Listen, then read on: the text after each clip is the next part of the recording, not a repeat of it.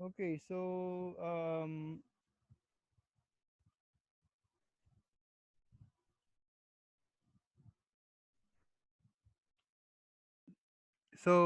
based on our discussion on pH, the pH plays an important role in biological systems. Okay, so in this case, this is an example of how these different systems interact, and the changes in pH wreaks havoc to the processes here. Okay, so because of increased carbon dioxide, we're increasing the ocean's acidity. So what will happen is it causes cation displacement and dissolution of calcium carbonate. Okay, so a little bit of change of the pH changes uh, um, has implications on the on creatures and in the marine environment.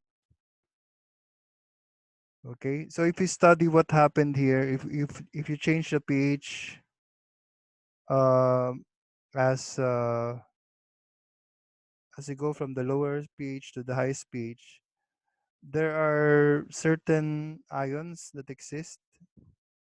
So if it's very acidic, the the form of the carbonate ion is in the form of H2CO3. So that's carbonic acid, and that's the when rainwater mixes with carbon dioxide, you form that, and that's the reason why it can dissolve through limestone, and you produce caves. Okay, so over thousands of years, you produce the caves in the limestone. Okay, so as the pH changes, you'll notice that the carbonic acid slowly lessens in concentration. Okay, so this is the concentration or fractional amount. So you have less and less uh, carbonic acid. What you will have is an increase of the bicarbonate, HCO3, so the bicarbonate ion. So as the pH becomes larger, approaches pH of 7, it increases, and pH of 8, it's in the maximum. So bicarbonate ion will be in existence. As you increase the pH, it will slowly lessen in concentration, and then you have the rise of the carbonate ion. Okay, so this ionic this forms of the ions changes because of the pH. So the pH affects solubility of many substances, and it can affect the structure and function of proteins, including enzymes. Okay. Lately, I've been reading mga mail or mga post na uh, ang pH ng ganito ay 22 or 15, parang healthy for the body. Hindi yun totoo. Okay? So, I've been reading yung dandelion, ano ba na, may bago na ngayon eh, na 22.7 daw yung pH. Walang pH na 22. Again, yung ano lang dyan, 1 to 14 lang. Hanggang 14 lang yung pH.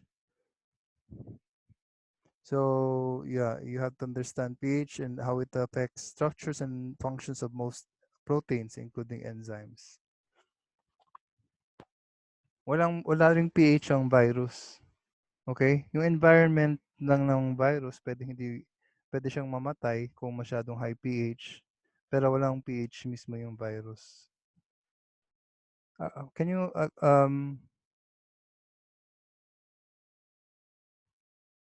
Can you can you still hear me? Hello? I'm just making sure. Yes po. Okay. So for example, in our stomach, we have enzymes where um These enzymes help in the digestion. So in the stomach, the pH, the maximum activity for pepsin is in pH 2.5. And then you have other enzymes like trypsin. This is in the small intestines. So this acts on the proteins, but the pH is lower here. Okay, so you have different environments specific for each enzyme. So pH affects solubility of many substances. Many cells and organisms can only survive in a specific pH environment. So another important point, pH is dependent upon temperature. So that's why in our body we have what you call a natural buffer. Okay. So what is a buffer? It is a solution that resists changes in the pH. So when you add, usually when you have neutral, you have water, just plain water, you add acid, the pH will change that drastically. So the whole water will become acidic, right? Or if it's just water and you add a small amount of base, the pH of the water will become higher. Okay? So if you have a buffer there, it will resist the sudden change in the pH. Okay, so what will happen is, like in the example I've given, you have the carbonic acid, you have the bicarbonate ion. So what will happen is, if you have the addition of a acid or base, it will react to certain species of the ions there that will lessen the impact or the change in H plus or OH concentration. Okay, so for example, our blood is between close to 7.4. So when our body becomes too acidic, okay, so what we do, we increase respiration to expel more carbon dioxide. So if we expel more carbon dioxide, this will drive the inner body. This will drive the equilibrium to the left. So it will lessen the H plus concentration. So that will lessen the acidity in the blood. Another way is if it's in our digestive system, the quicker way is to excrete more or less bicarbonate. Okay? So minsan, pag hyperacidic, you just eliminate the whole thing. So you have loose bowel movement to eliminate the acidity in your stomach.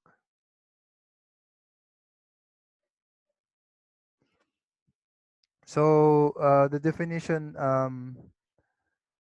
so it's typically a mixture of the acid and base form of the chemical. Okay, so if you recall your assignment, you have uh, if you did your assignment well, you will be familiar with the Bronsted concept of acid and base.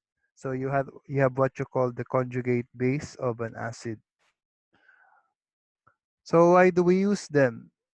Precisely because enzyme reactions and cell functions have optimum pH for performance. Okay, so it's dangerous to have a drastic change in the pH. So it's important anytime that the structure or activity of the biological material must be maintained. So what it does is you have equilibrium between the acid and the base. So for example, you have acetate buffer. Okay, so this is the you have the for unionized form or the acetic acid as completely non-dissociated. And then you have the dissociated form. So if you have more H plus added to the solution, so you add this, you have more H plus, you or add more acidity, so it will push the equilibrium to the left. So what will happen is you'll produce more acetic acid that's not in free form. So the H plus there will not cause change in pH. So kung the H plus excess H plus will form the acetic acid, then the H plus concentration will remain unchanged or virtually unchanged. Okay, so if there's too much H plus, it will move the reaction to the left. What will happen if you try to remove H plus? So opposite will happen. It will go to the right. So the acetic acid form will react with the base if it's a base. So it will neutralize basically the base and form more of the carbonate. The sorry, not the carbonate, the acetate ion. So if H plus is removed, then the equilibrium shifts to the right, releasing H plus to keep the uh, pH constant.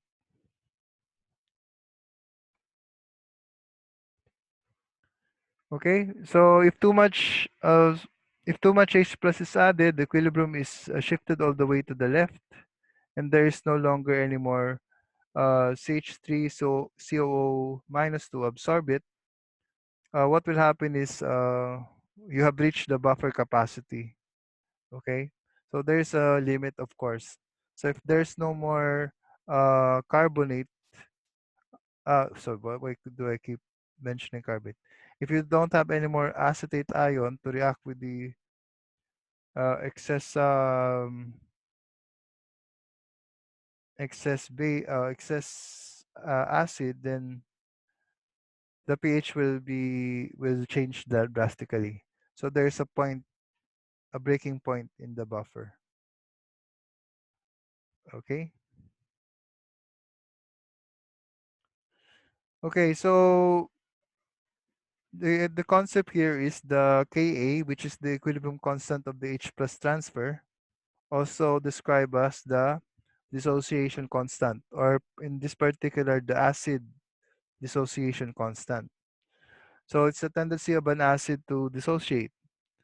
Okay, so you have the acetic acid, you form the A minus or the CH3COO minus. So that's the base conjugant or the conjugate base, and then the H plus. So earlier, so this is the acid, and this is the base conjugate base of the acid. So that's what it's meant by that's what the conjugate base means. So if the ratio of the dissociation constant is just the concentration of the base conjugate base times the acid over the concentration of the total acid.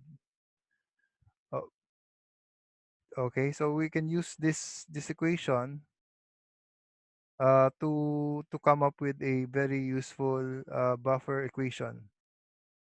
Okay? So madederive natin dyan. Sige, i-shortcut ko na lang. This equation, which is called the Henderson-Hasselbalch equation.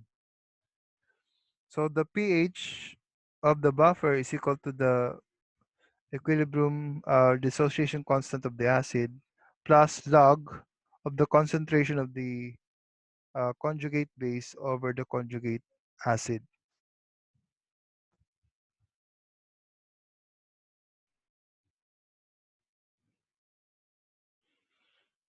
Okay, so example, what happens when the concentration of the acid base are equal? So you have the same concentration of the acid and the base.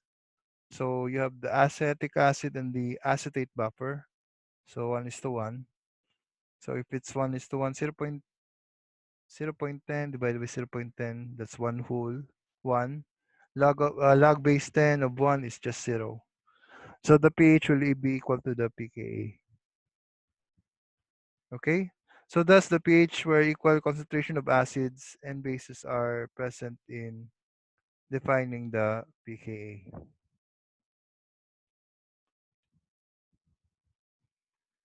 Okay?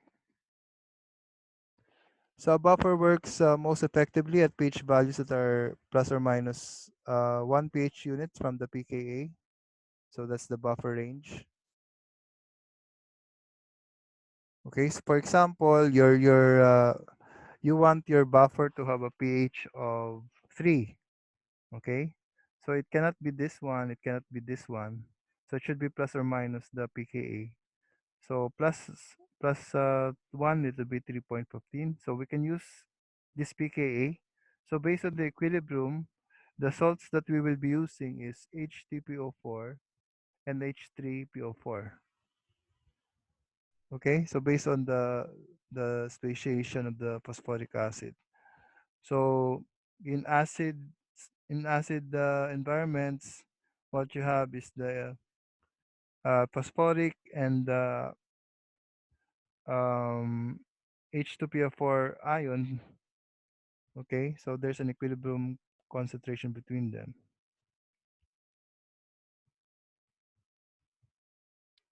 Okay, so if you want a certain pH for your buffer, so if, for example, you want a pH of 8, then you have to figure out what ions are present in solution. So if you want it 5, then you know that you need the carbonic acid and uh, bicarbonate ion.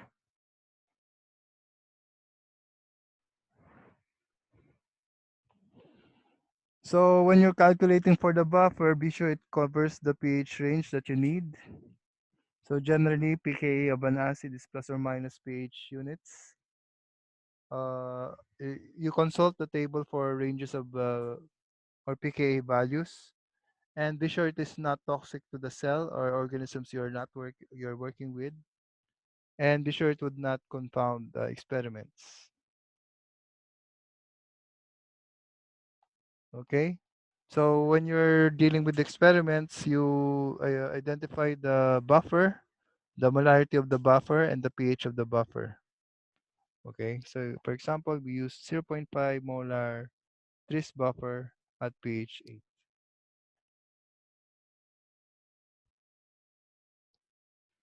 Okay. So making this buffer requires guesswork. You mix acid and base at a pH.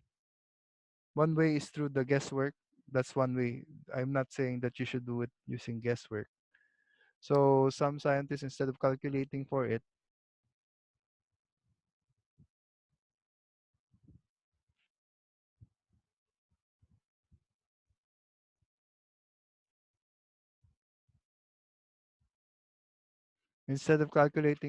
they use a guesswork. Okay, so parang they can adjust the pH naman. So maghalo lang sila ng mga chemicals. Tapos using a pH meter, i-adjust lang nila yung pH nung substance. Okay? So hindi sila calculate. So gawaing tamad 'yun. Okay? Another way is using the Henderson-Hasselbalch equation. Okay? So you calculate, for example, you want a buffer of a pH of 8. So you look for a table where the pKa values are given. Okay, and then you look for the salt of the acid that you need, or the two ions that you need for the buffer, for creating the buffer. Okay, so you look up the recipe in the published table.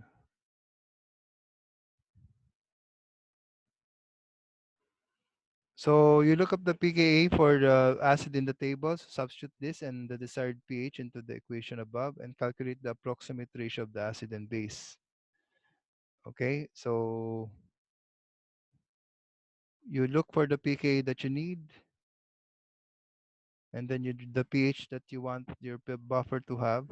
First of all, you look at the pH first, and then you compare sa table kung ano yung pK, um, ano ba yung acid or conjugate base na kailangan mo.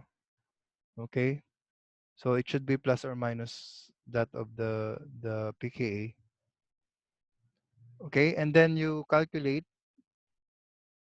Okay, so logarithm yan. So kunin mo yung antilog, pKa minus the pH, you get the ratio of the acid over the base.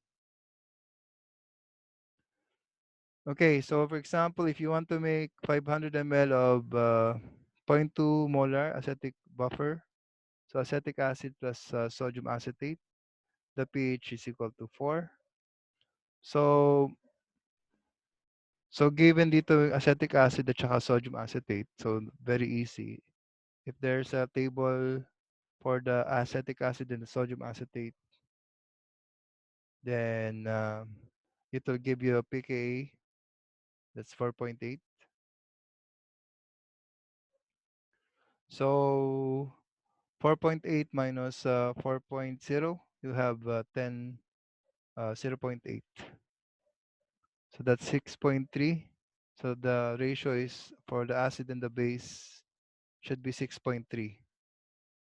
So meron kang dapat uh, 6.3 times uh, acid more than the base. Okay? So usually you have a concentration already, a specific concentration of the acid in the base. So you just use the volume to get the ratio. Okay, and you mix them close together, you get 500 ml.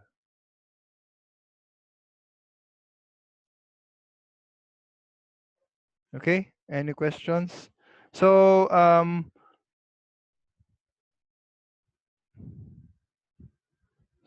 ano, I will continue lang to the next.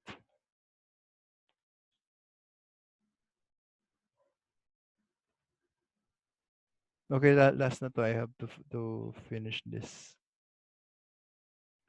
Okay, so another topic that we have to discuss is um, pH or the protein test. Okay, so this is important kasi this is biochemistry na mismo. So in trying to figure out what type of protein it is, so there's a qualitative test. So one is the Burette test. So this is a general test for all proteins. So the Burette test is you have a dilute copper sulfate in strong alkaline medium. You're trying to react the alkaline copper sulfate. So what will happen is you'll have the blue violet color. So that indicates the presence of a protein. So in common laboratory processes, you have 1 ml of burette reagent, you mix it with 1 ml of protein, you will have the blue violet color. So if there's no blue violet color, then you don't have any protein for the burette. Another way is denaturation. So if you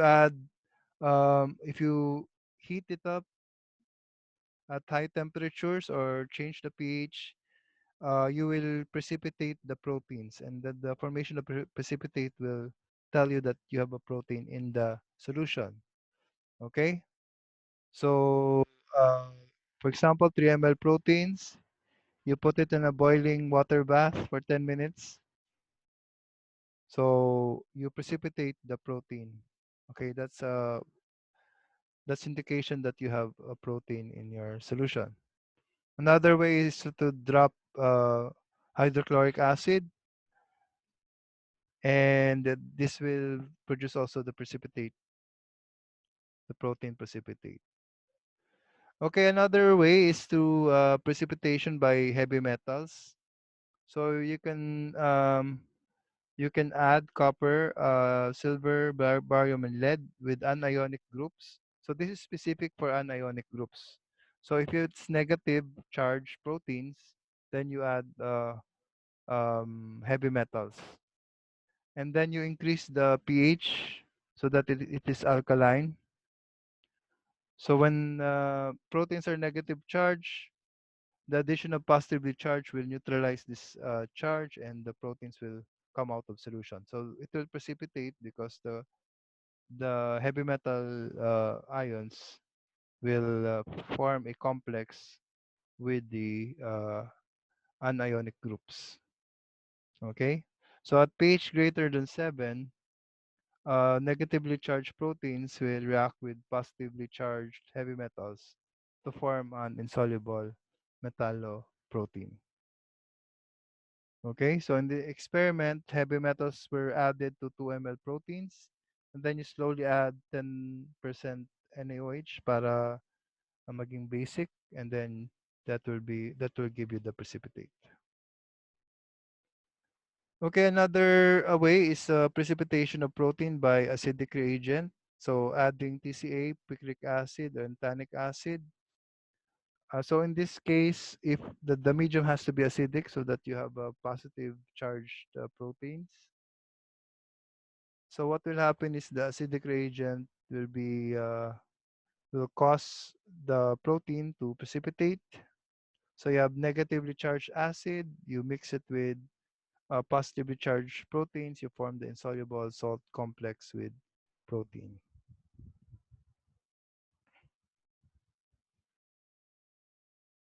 Okay, so in this process, a few drops of acidic reagent plus 2 ml proteins are slowly added to dilute sodium hydroxide, and you observe what will happen until the pH increases. So those are the methods for protein detection.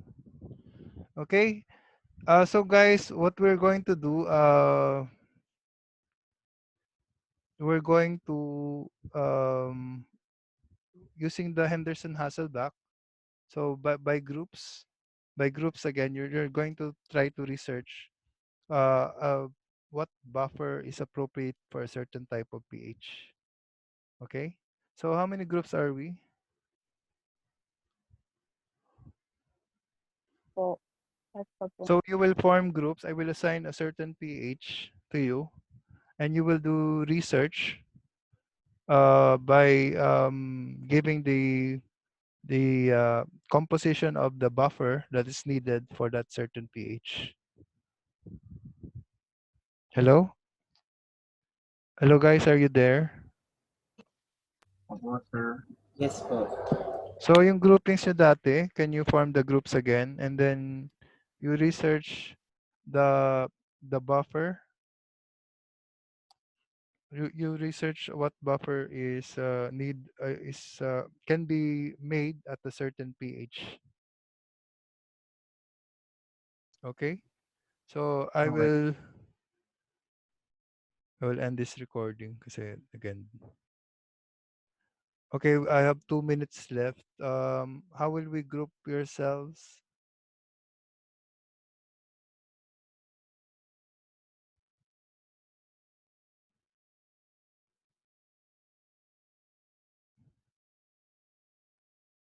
Hello, guys.